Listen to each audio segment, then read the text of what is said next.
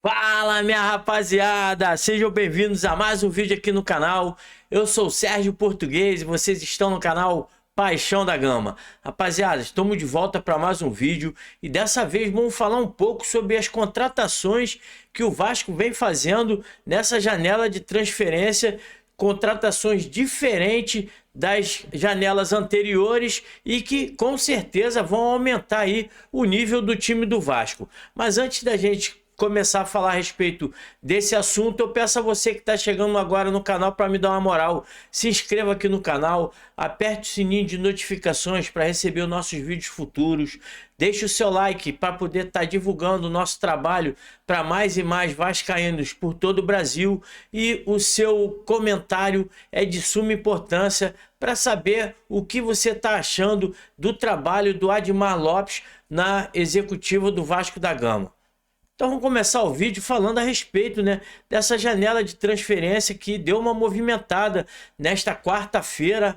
O time do Vasco havia tido ali apenas uma contratação, o Thiago Mendes. A torcida estava muito apreensiva sobre esse assunto. O time do Vasco teve uma relação entre os concorrentes, na zona do rebaixamento. O Vasco era o último em contratações, havia feito apenas uma contratação. O Sport tinha feito 9, Juventude 6, vários times aí, Santos se reforçando também, e o Vasco paradão. A gente sabe que a dificuldade financeira do Vasco é muito grande, mas o Admar estava trabalhando ali no sigilo, no sapatinho, para poder trazer jogadores para poder elevar o nível do time do Vasco. Quando ele chegou, ele disse que o time do Vasco tinha um elenco desequilibrado, que a função dele era trazer jogadores que pudessem reforçar o elenco, e aos poucos esses jogadores vão chegando e outros também saindo para poder nivelar de vez o nosso elenco. O João Vitor foi o primeiro a dar adeus, ao Vasco da Gama nessa janela. O jogador acertou seu contrato com o CSKA da Rússia.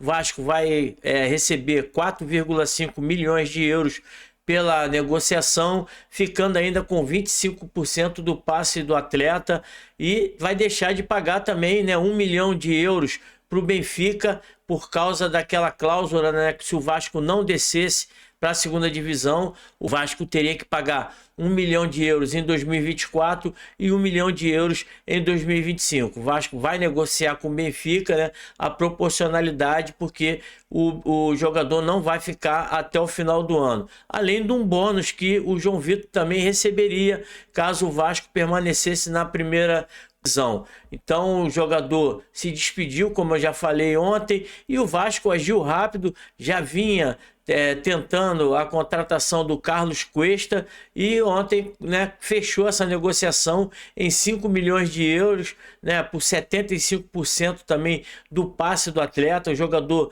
que vai chegar ao Vasco já a próxima semana, um jogador que vem para suprir a ausência do João Vitor. Então o Vasco ainda está no mercado procurando outros atletas para reforçar a zaga. O Carlos Cuesta é um jogador interessante, jogador que já pertence aí à seleção colombiana, vem fazendo bons jogos, um jogador firme, diferentemente do João Vitor. O João Vitor tem até bons números, em relação ao Carlos Cuesta, mas o Carlos Cuesta tem a vantagem de ser um jogador mais sério, mais centrado. João Vitor é um jogador muito disperso, ele na mesma partida ele oscila bastante.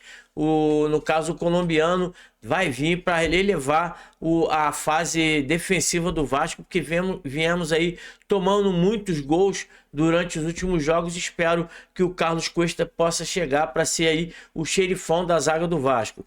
Hoje já teve a informação do Joel Silva que o Vasco procura um jogador para jogar ali pelo lado esquerdo, já que temos apenas o Lucas Freitas e o Luiz Augusto, que ainda é muito jovem, que também procura ali o seu espaço no time do Vasco. Então vamos esperar aí os próximos dias.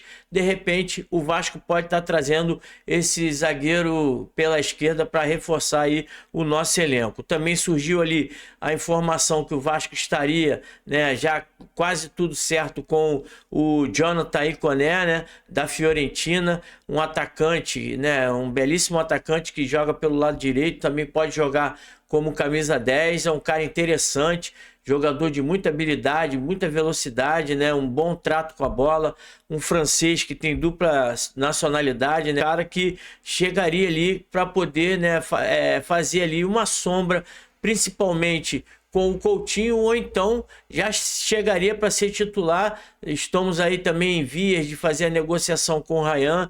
De repente isso já pode ser, já prevendo na frente a saída do Ryan no final do ano. Seria um jogador interessantíssimo que agregaria muito ao time do Vasco. É um cara que tem muita visão de jogo, é muito bom no 1 contra 1, veloz. Então seria aí um jogador que acrescentaria. O Vasco está contratando agora jogadores com saúde, isso que anteriormente não vinha acontecendo. Então é importante, né, o Vasco ter jogadores para poder competir na parte física também, porque a maioria dos clubes brasileiros tem nessa característica do vigor físico a sua maior chancela. Outro jogador também que o Vasco vem monitorando e negociando é o Jean Onaná, né, um volante que pertence ao Besiktas, camaronês, né, de 1,89 m, 25 anos.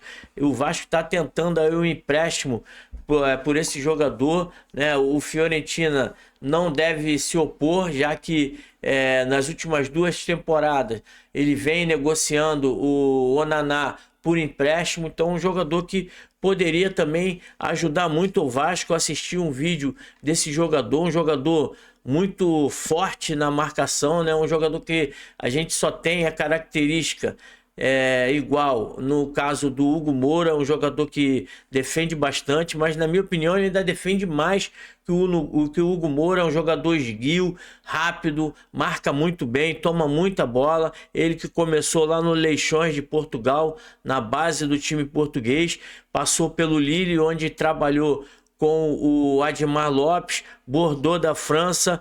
Depois ele foi para o Olympique de Marseille e para o Genoa. Depois esse Olympique de Marseille e o Genoa já é depois da aquisição do Besiktas, que emprestou para esses 2 clubes. São jogadores interessantes que vão mudar o estilo de jogo do Vasco, o estilo de jogo que o Diniz gosta, né? Aquele ponta que o Vasco também já acertou e está chegando. Se não chegar hoje, chega amanhã, né? O Andreas Gomes, colombiano também, que já está tudo acertado, só falta fazer os exames e assinar ali o contrato. Então o Vasco tem aí 4 jogadores que elevariam, né, a parte física, principalmente do Vasco, faria com que o Vasco tivesse muito mais força para suportar muito mais tempo, né, a pressão que o Vasco, que o Diniz gosta que o time dele faça no time adversário. O Vasco, a gente sabe que no segundo tempo sempre cansa, então a gente sente muito a parte física, e com esses 4 jogadores que tem na sua maior valência o poderio de força física, faria com que o patamar do Vasco aumentasse e pudesse aí assim conseguir aí manter, né, o bom futebol que geralmente o Vasco mantém no primeiro tempo. Então vamos esperar aí os próximos capítulos dessa novela. Tô gostando muito do trabalho do Admar Lopes. Espero que ele possa trazer aí pelo menos mais uns 3 jogadores para reforçar de vez o elenco e a gente ter uma temporada de 2025 mais tranquila e quem sabe dar uma beliscada aí na Copa do Brasil, que na minha opinião ficou até mais tranquilo. Pegar aí o Botafogo, quem sabe o Fluminense na frente, e lá na frente a gente decidir aí com o Atlético Mineiro, Corinthians. Quem chegar, a gente vai ter time suficiente para pelo menos combater tete a tete. Valeu? Deixa aqui a sua opinião, o que você está achando a respeito da janela de transferência do Vasco. Já está se motivando ou ainda está meio receoso com esses jogadores que estão para chegar aí no Vascão? Seu comentário aqui é importante. Deixa o like e também se inscreva aqui no canal para ajudar o nosso canal a crescer aqui na plataforma. Valeu? Um grande abraço a todos, saudações vascaína. Fui!